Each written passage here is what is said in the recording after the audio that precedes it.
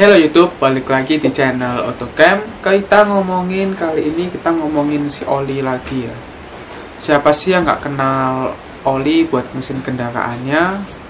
Pelumas yang pasti selalu kita ganti. Nah, sebenarnya paham nggak sih kita penggunaan pelumas yang sesuai dengan kendaraan kita itu seperti apa sebenarnya?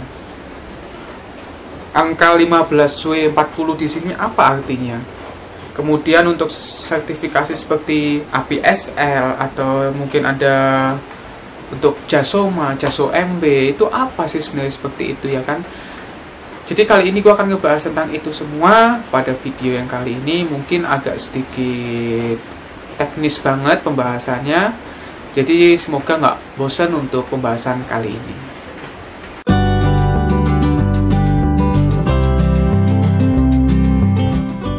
Ya, jadi oli pada kendaraan itu sebenarnya banyak banget pilihannya ya, baik untuk mesin bensin, mesin diesel, untuk yang kopling basah, kopling kering, mesinnya itu semua beda ya, olinya nggak bisa disamaratain.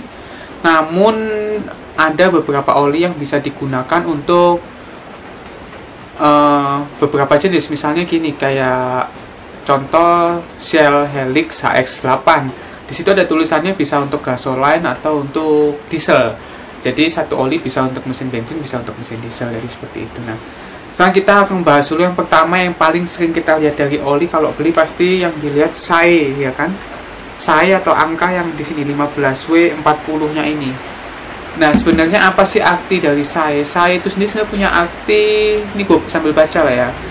Singkatannya dari Society of Automotive Engineers. Ya, jadi seperti itu. Jadi SAE itu suatu standar yang udah ditentukan dunia bahwa oli itu ya seperti ini. Nah, SAE sendiri itu sesuatu tingkat kekentalan dari sebuah oli. Jadi banyak banget tulisan SAE seperti 15W40 pada oli ini. Kemudian ada yang 10W40, 5W40, 5W30, 0W20, terus 20W50, 20W60. Nah, sebenarnya banyak banget pilihan seperti itu. Nah, sekarang kita akan pahami dulu maksud dari kedua angka ini itu apa ya, 15W dan 40-nya. Jadi angka di sebelah kiri W15 ini adalah tingkat kekentalan saat mesin dingin ya. Jadi 15W ini adalah tingkat kekentalan oli ini saat mesin dingin, dan 40 ini adalah tingkat kekentalan saat oli panas. Artinya oli dengan SAE misalnya 10W40 dengan yang 15W40 saat mesin panas, dia akan pada suhu atau tingkat kekentalan yang sama, jadi di angka 40. Yang membedakan adalah saat mesin dingin yang 15W pasti akan lebih kental. Nah, jadi gini, makin gede angka yang di sini ya, 15W ini makin tinggi angkanya, artinya oli itu makin kental. Semakin dia mendekati 0, semakin encer olinya saat dingin. Begitu juga angka 40 yang di sini ya. Angka 40 di sini juga sama, semakin gede angkanya ya, kan ada yang 20, 30, 40, 50, 60 ada. Jadi semakin tinggi angka ini semakin kental oli itu saat mesin panas. Kemudian kalau ditanya lebih baik pakai oli yang lebih kental atau lebih encer. Nah, lebih kental otomatis akan lebih baik dalam pelumasan. Namun pada saat-saat tertentu atau kondisi tertentu, oli yang kental tidak bisa melumasi seluruh bagian mesin. Ini yang akan mengakibatkan tingkat gesekan pada mesin akan meninggi. Dan penggunaan oli yang lebih kental dari spesifikasi tentu akan membuat kinerja mesin lebih berat. Karena apa? Ya, kurang lebih seperti ini, saat kita berjalan di atas air dan saat kita berjalan di atas lumpur, tentu lebih berat berjalan di atas lumpur. Nah, kurang lebih seperti itu. Saat penggunaan oli lebih kental, artinya mesin butuh tenaga yang lebih besar lagi, sehingga efeknya akan berasa lebih berat saat menggunakan oli yang lebih kental. Begitu juga menggunakan oli lebih encer untuk pelumasan. Nggak sebaik dengan oli yang kental, namun memang oli yang encer itu bisa melumasi bagian-bagian mesin yang sangat rapat, sehingga semua bagian bisa terlumasi dengan baik. Efeknya menggunakan oli lebih encer tentu akan lebih ringan kepada mesin, seperti analogi tadi yang gue bilang ya. Nah, sekarang gini, ini pembahasan mengenai standar dari JASO ya. Jadi kalau JASO ini adalah dari Jepang ya, artinya Japanese Automotive Standards Organization. Jadi ini adalah standar suatu oli itu boleh melumasi bagian apa sih gitu. Apakah boleh melumasi kopling juga oli ini? atau oli ini hanya untuk melumasi bagian mesin tanpa kopling boleh kena oli inilah. Inilah standar yang menentukan bahwa oli ini bisa digunakan untuk mesin dengan kopling basah atau mesin dengan kopling kering seperti itu ya, atau yang sistem koplingnya itu nggak terendam dengan oli ya. JASO inilah yang menentukan pilihan itu. Makanya di oli-oli motor ya, terutama oli-oli motor itu banyak sekali tulisan JASOMA dan JASO MB. Jadi kalau JASOMA, JASO MA ya, JASO MA itu boleh melumasi seluruh bagian baik dari mesin, gear, bahkan si kopling. Ini poin terpenting, kopling. Jadi oli-oli dengan standar JASO MA artinya bisa digunakan untuk kendaraan dengan kopling basah. Kebalikannya dengan JASO MB. Jadi kalau JASO MB itu hanya boleh melumasi bagian mesin dan bagian gigi-gigi aja tanpa menyentuh kopling.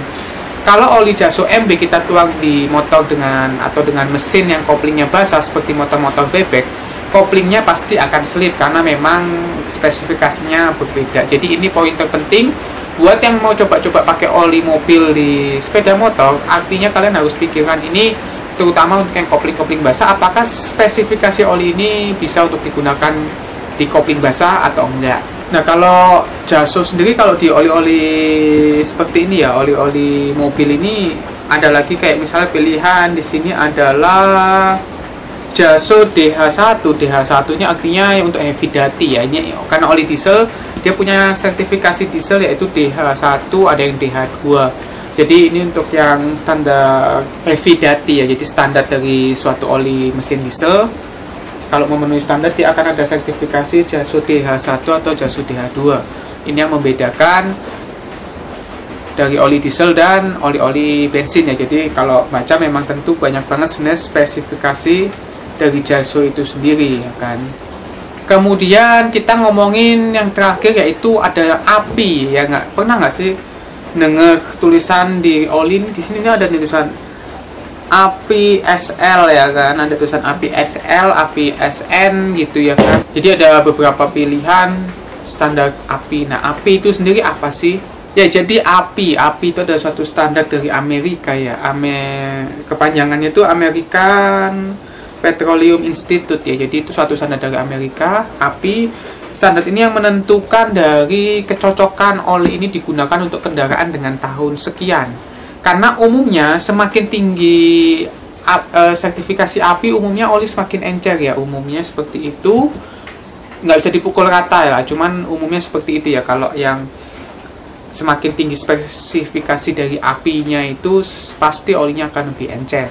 Nah, jadi gini, semakin huruf setelah S, jadi kan SL, ada yang SN gitu ya. Karena semakin huruf yang setelah S ini mendekati huruf Z, artinya oli itu semakin diperuntukkan untuk mesin-mesin dengan kendaraan baru.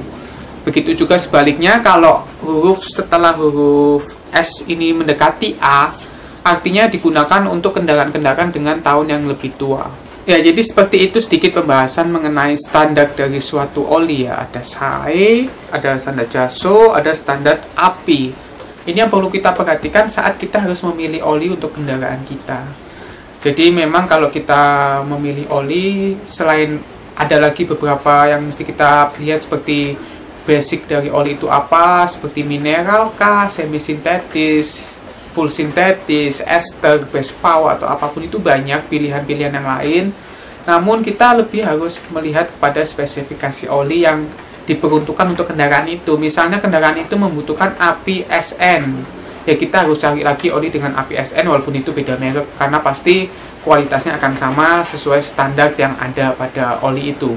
Jadi sekian dulu video gue kali ini mengenai pembahasan oli ini ya. Mungkin memang sedikit pusing ya. Buat kalian yang belum paham mungkin bisa komentar aja di bawah gimana. Jangan lupa like video ini, share juga video ini. Kemudian follow Instagram gue juga di odo.cam dan subscribe channel ini. Terima kasih buat yang udah nonton video ini.